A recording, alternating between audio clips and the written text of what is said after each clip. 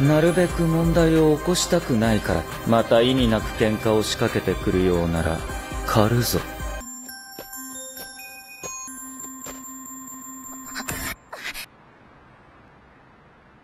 ああ、また寝てるよ。気持ち悪い。ダメだよ。それが今度の容疑者なんだ。容疑者なわけないだろ、こんな化け物。見てほしいんだ。友達か？やっぱりお前才能あるよ。なんかピンとこない？例えば性格や考え方とか。無茶言うなよ。いくらなんでもこれだけじゃ。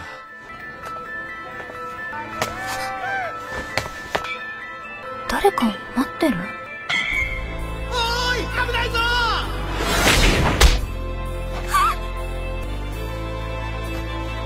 ー。大丈夫ですか？ああ。作り物の。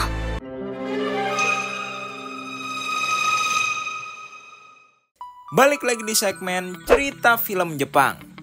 Ngelanjutin Parasite part 1 kemarin, Parasite part 2 episode 7-12. Enjoy. Ternyata parasit yang dia temui bukanlah si parasit yang berinang di tubuh ibunya. Si abang ini ternyata punya kasus yang sama dengan Shinichi. Parasitnya cuma sempat mengambil alih bagian rahang bawahnya aja. Jadilah bibirnya kelihatan jebeu begitu. Karena parasitnya tidak berbahaya juga seperti Migi, mereka pun jadi berteman. Dia bernama Uda. Shinichi mulai bercerita tentang keluarganya yang diserang parasit. Uda yang berempati pun berjanji akan membantunya mencari parasit yang berinang di tubuh ibunya. Malamnya Migi jujur kalau sebenarnya kenapa kekuatan fisik Shinichi meningkat pesat karena Migi tanda kutip sudah bergabung dengan Migi. Dikarenakan serpihan-serpihan kecil tubuh Migi tersebar ke darah Shinichi saat berusaha memulihkan jantung Shinichi. Mungkin karena itu juga Shinichi jadi nggak bisa merasa sedih akhir-akhir ini. Besoknya udah memberi kabar kalau dia melihat parasit itu. Shinichi buru-buru ke sana. Tapi saat di tengah jalan, Migi malah ngantuk berat. Sebelum terlelap, dia pun mengubah tangan Shinichi menjadi senjata supaya Shinichi bisa bertarung tanpanya. Uda yang dikejar si parasit pun terpojok. これが本来あるべき完成品の姿か。どこだ？どこにいるんだ？殺される！もう勝負がついた。早く始末されろ。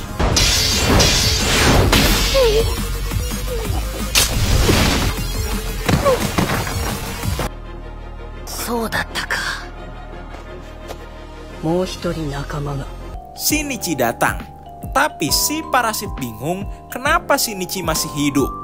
Shinichi pun bertekad kalau kali ini dia tidak akan goyah untuk memenggal kepala parasit itu. Shinichi makin hebat. Dia bahkan bisa melihat dan menghindari semua gerakan parasit yang sangat cepat. Dia sempat goyah karena melihat bekas luka bakar di lengan ibunya. Tapi untung, parasit Uda langsung memenggal parasit ibu Shinichi dengan cepat. Uda selamat karena parasitnya sudah memindahkan organ vital dalam tubuh Uda.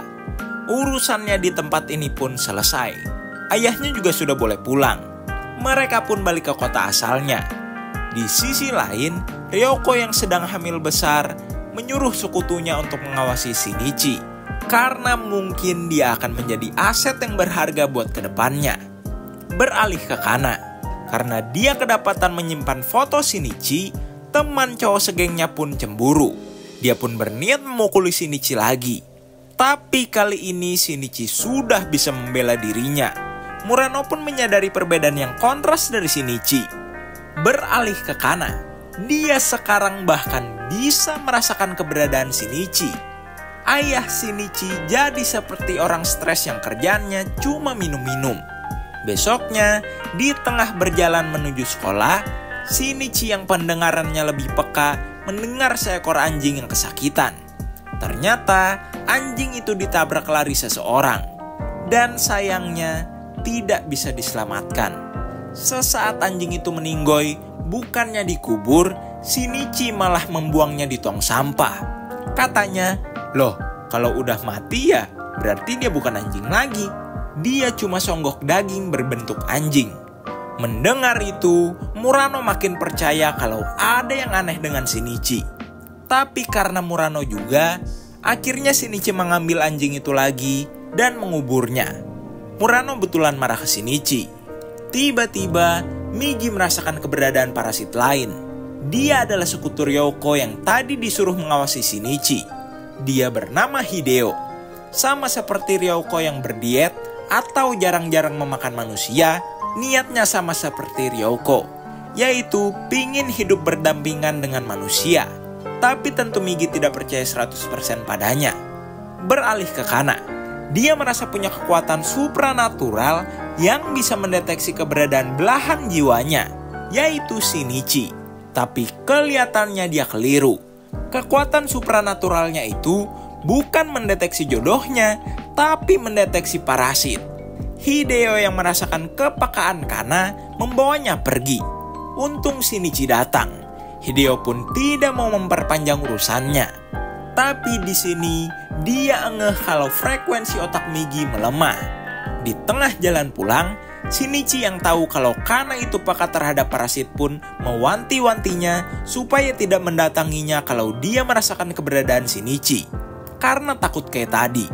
Tapi tentu Shinichi tidak bisa berkata jujur soal parasit pada Kana. Malam itu, Hideo mencari mangsanya. Dan kayaknya sih, dia bohong soal diet makan manusianya itu. Besoknya, lagi-lagi Kana salah menebak keberadaan Shinichi. Tapi untung teman segengnya ada di sana dan berakhir dipukuli Hideo. Di sini kelihatan kalau teman Murano, Tachikawa, suka sama Hideo. Hideo makin sadar kalau ada waktu di mana Migi tertidur lelap dan tidak waspada sama sekali. Polisi mulai engeh kalau pelaku pembunuhan selama ini adalah para parasit. Tapi mereka masih tidak bisa mempublikasikannya karena takut menyebabkan kepanikan. Begitu juga para parasit, mereka sudah tahu kalau pemerintah mulai engeh terhadap keberadaan mereka. ああ、また寝てるよ。気持ち悪い。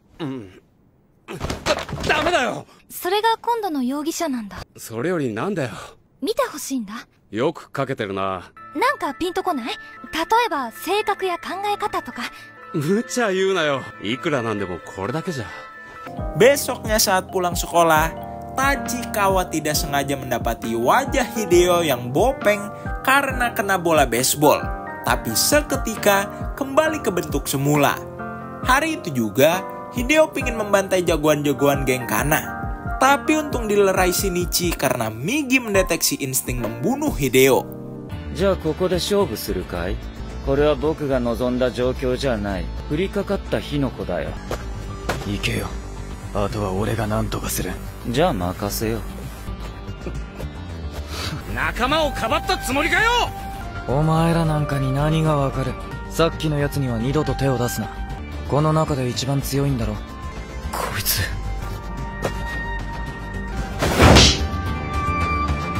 何も知らないくせに勝手なことばかり言うんじゃない。やったらきっと負ける。村野。なんだよ。もうお前とは関係ない。手は使ったのか？全員君たちがぶちのめしたんだろ？行け！行けよ！痛い。ごめん。 Emosi Shinichi jadi menggebu-gebu karena Hideo. Dia bahkan membentak Murano. Tentu Murano kecewa. Di sisi lain, karena melihat kejanggalan tadi, Tachikawa membuntuti Hideo. Dan dengan mata kepalanya sendiri, dia melihat wajah Hideo yang berubah. Karena malam sebelumnya Tachikawa sempat melihat sketsa parasit punya kakaknya yang polisi itu, dia pun menanyakannya. Akhirnya dia tahu kalau orang yang dia sukai adalah parasit. Tapi gobloknya, dia tetap menanyakan kebenarannya langsung ke Hideo. Ya pastilah Hideo langsung pingin membunuhnya. Migi merasakan insting membunuh Hideo. Tapi Hideo keburu menyerang Tachikawa. Untung dia sempat melemparkan cairan asid yang tepat mengenai kepala Hideo. Dia langsung pergi dari sana melalui jendela.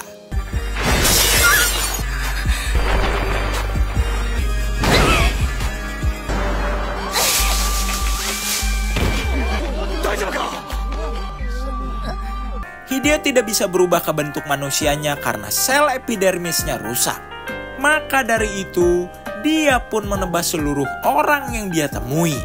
Para siswa langsung dievakuasi, tapi tetap banyak yang menjadi korban.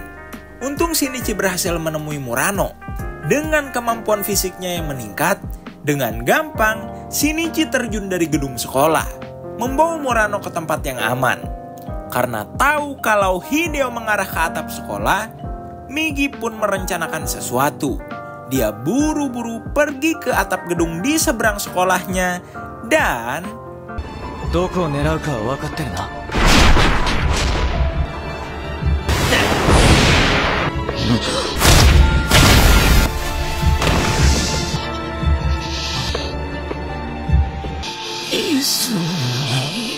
Tepat di jantungnya. Parasit Hideo pun meninggoy. Hari-hari berlalu. Pemerintah kelihatannya masih menutup-nutupi tentang keberadaan para parasit. Tapi mereka mendapati cara membedakan seorang parasit, yaitu dengan mencabut sehelai rambutnya. Kalau rambutnya itu tiba-tiba menggeliat dan mati, itu berarti orang itu adalah parasit. Akhirnya, setelah beberapa minggu sekolah ditutup, aktivitas sekolah dimulai lagi. Walaupun pemerintah tetap tutup mulut soal parasit, tapi muncul tren mencabut sehelai rambut saat menyapa. Tren yang aneh sih sebenarnya. Si parasit kan bakal tetap ngebunuh ya pas dia ketahuan. Beralih ke Kana. Dia bermimpi tentang Shinichi yang menjadi sosok kesatria berkuda yang menumpas seluruh monster. Kana pun hari itu menemui Shinichi. Shinichi lagi-lagi menegaskan supaya jangan mengikuti perasaannya akan keberadaan Shinichi, karena bisa bahaya buat dirinya. Suatu hari, tiba-tiba ada parasit yang menyerang markas Yakuza dengan tangan kosong. Alasannya, pure cuma karena iseng. Pingin tahu apa susahnya ngelawan orang-orang bersenjata. Kelihatannya dia bergabung di sebuah grup parasit yang besar. Saat weekend, Shinichi dan Murano berkencan. Tidak sengaja, Kana mendapati Shinichi yang lagi mencium Murano. Kesian. Tapi sebagai cegil, dia tidak akan menyerah. Dia langsung menelpon Shinichi, meminta untuk bertemunya besok. Saat di tempat yang dijanjikan, Migi tiba-tiba merasakan keberadaan parasit lainnya, yang ternyata orang-orang dari grup besar parasit tadi. Mereka mencalonkan diri sebagai wali kota. Wow. この距離では見分けにくいが。見られたか？見られたよ。だがこちらにはあまり関心がないようだ。ひとまず退散しよう。あ、寄生生物の市長候補。あ、泉。なんで君がここに？ここは私が住んでる町だし、私が泉を呼び出したんじゃない。そうだったね。関しては今こそ国。まずい。Hari-hari berlalu. Lagi-lagi, Kana memimpikan sosok kesatria Shinichi. Di sisi lain, Shinichi dan Migi mendiskusikan tentang alasan para parasit itu ingin menjadi politisi. Mungkin supaya punya kuasa di pemerintahan dan bisa membuat kebijakan-kebijakan yang akan menguntungkan para parasit ke depannya. Shinichi kembali ke kota itu lagi untuk mengidentifikasi para politisi parasit itu. Tidak sengaja, dia bertemu dengan Kana.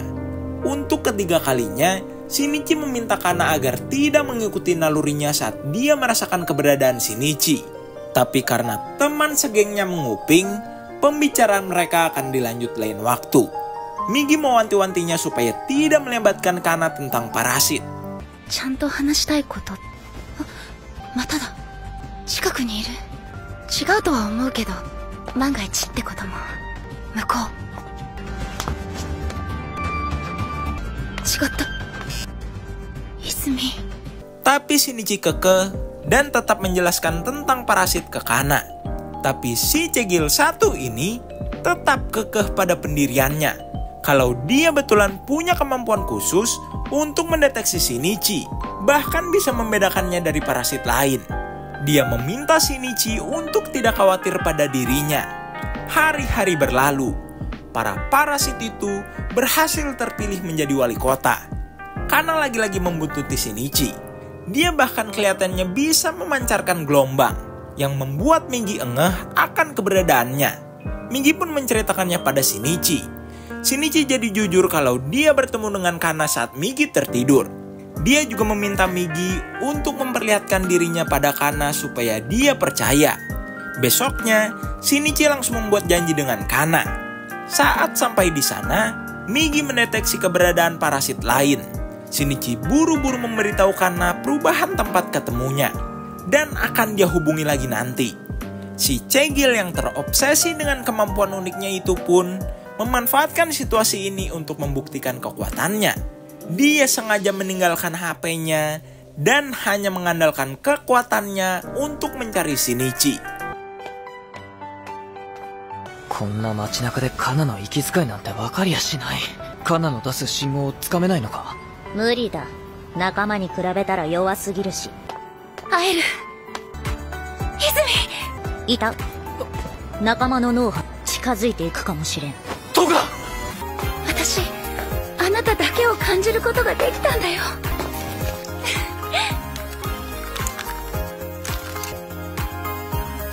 人間だと確かに弱すぎる信号ではあったが、必ず助けに来てくれる。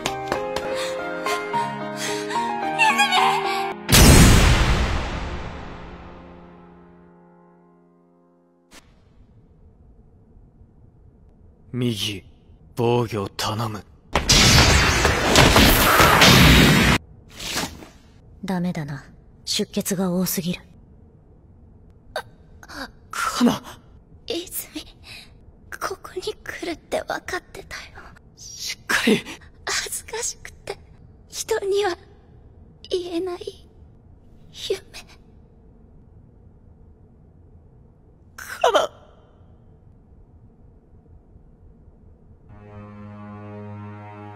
Kana pun mati konyol. Shinichi menjadi satu-satunya saksi mata. Tapi yang polisi bingung, si parasit meninggoy dalam keadaan jantung yang copot. Juga tubuh yang remuk akibat dilempar ke tembok. Jadi, pasti ada satu parasit lain yang membunuh parasit itu. Teman segeng Kana yang suka padanya menyalahkan Shinichi. Dia bahkan muak karena muka Shinichi lempeng-lempeng aja. Kelihatan gak ada rasa sedih sama sekali.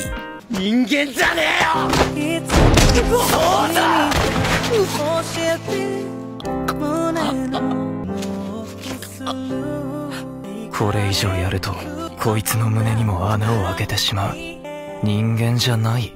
あいつの言う通りだ。なんで俺はこんなに落ち着いているんだ。脳まで乗っ取られているんじゃないのか。カナが死んだのに涙一滴出やしない。やめろ、新一。血の色は赤いな、一応は。Oke, sampai sini dulu. Bakal ada 2 part lagi. Jadi mohon bersabar ya. Oke? Sekedar mengingatkan, jangan lupa untuk komen, like, dan subrek. Oke? Kalau begitu, KJT Nerd signing out.